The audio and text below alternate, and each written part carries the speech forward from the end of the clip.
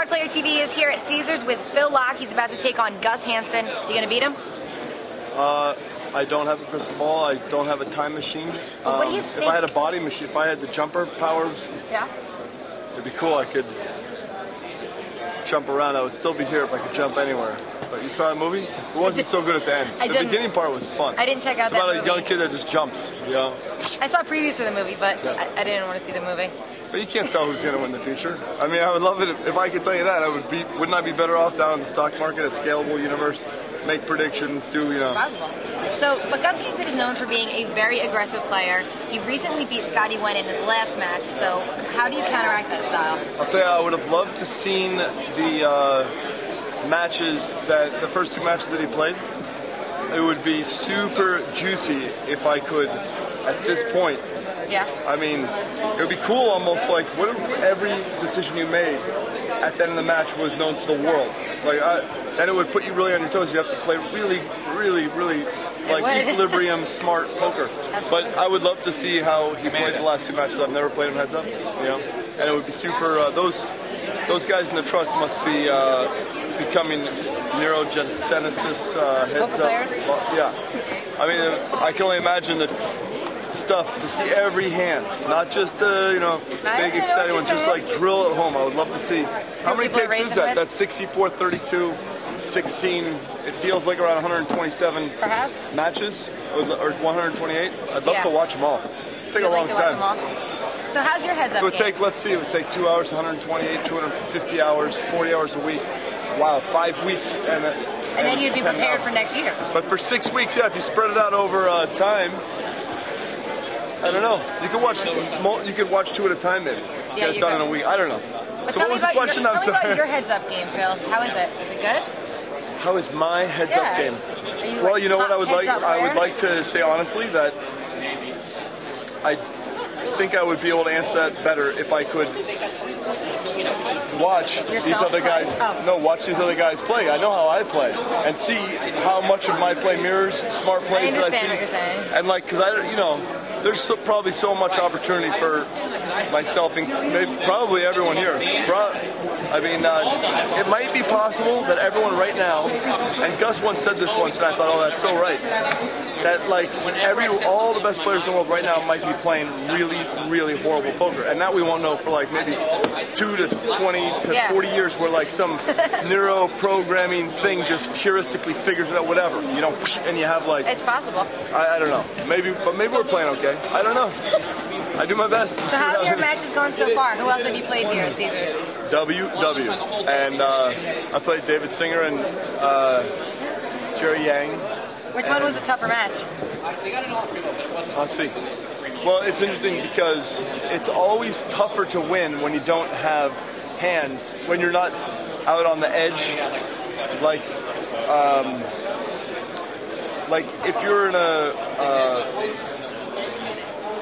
okay, so let's put it this way. One set of matches, one in the Yang one. Yes. Let's say it was easier or weaker, but I was going to win that match more often because I had bigger hands versus his hands. Like my luck factor would have been just because we had hand matchups that were really strong.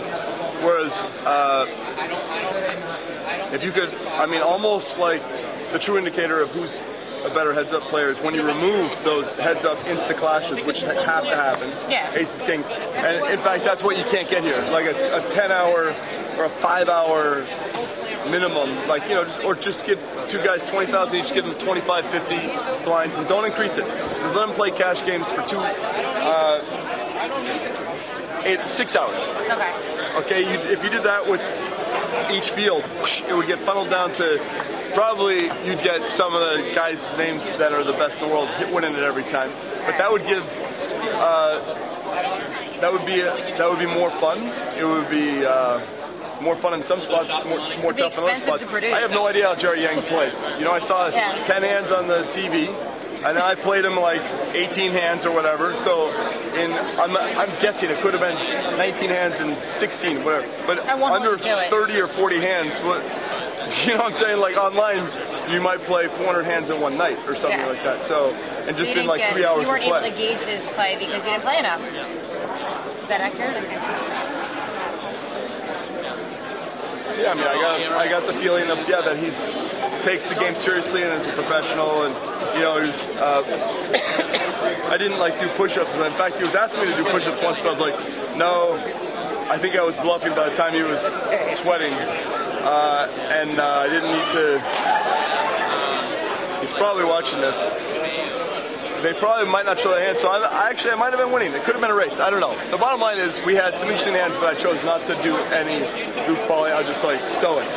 Because I thought since he studied, I read something that he studied human behavior in school or something, and if he's really focusing on that part of his game in an uber strong way. You don't want to give up any tells? I was actually, it's like I would just keep.